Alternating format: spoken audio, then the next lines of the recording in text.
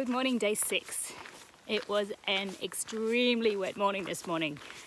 I got some very heavy rain starting in the very early hours of the morning, and it didn't stop until probably 8 or 9. So that meant that I did my best to pack everything up inside my tent, and then was able to cook my breakfast and then pack up the outside layer of my tent at the very end.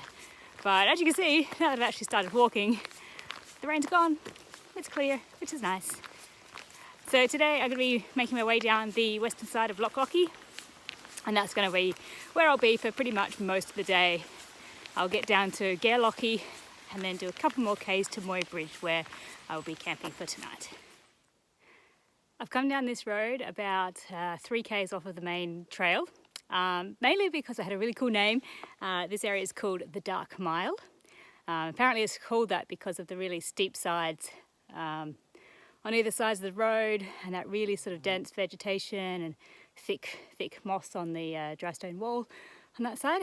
Apparently there was also an old story about there was a witch in the area that had been cursing the cattle, making them sick. So the farmers chased the witch down the Dark Mile until getting to a point where they chased her off of a waterfall, and she fell to her death at the bottom, and then that was the end of the curse. So apparently the bottom of that waterfall is now called the Witch's Cauldron. But yeah, I actually was expecting it to be a lot more dense, the vegetation around here. But at the same time, it does have a very, does feel very close, like the air, there's no movement at all. There's not even a skerrick of breeze. It's very wet.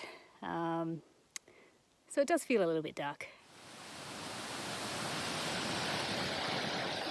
Behold, the Witch's Cauldron.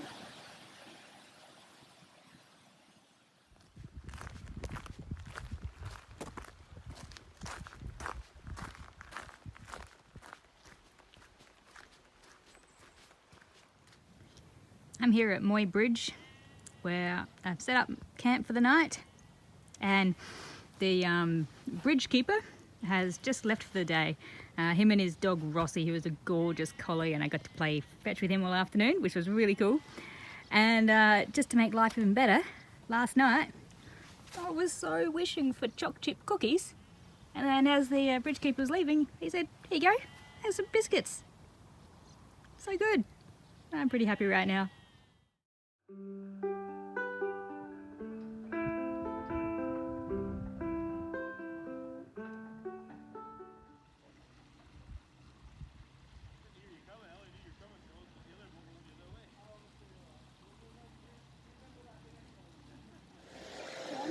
And here it's Neptune's Staircase, a series of, I have no idea how many lofts, moving up to the next canal higher up.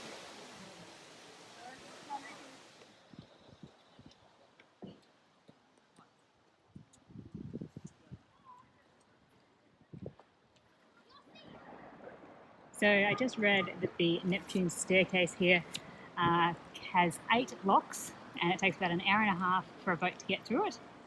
And during that time, you go up 19 metres up to the new height of the canal. That is pretty epic. This is in Banavie, which is just, sort of right next door to Fort William, which is the end of the trek, of course. So I think it's just sort of about another 5 miles or so to the end of Fort William, and then I've got another few kilometres out the other side to find somewhere to camp for the night. Nearly there.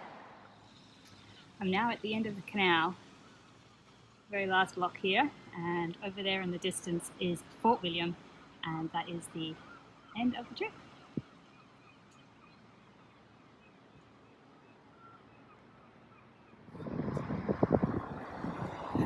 Here it is, the end of the Great Glen Way.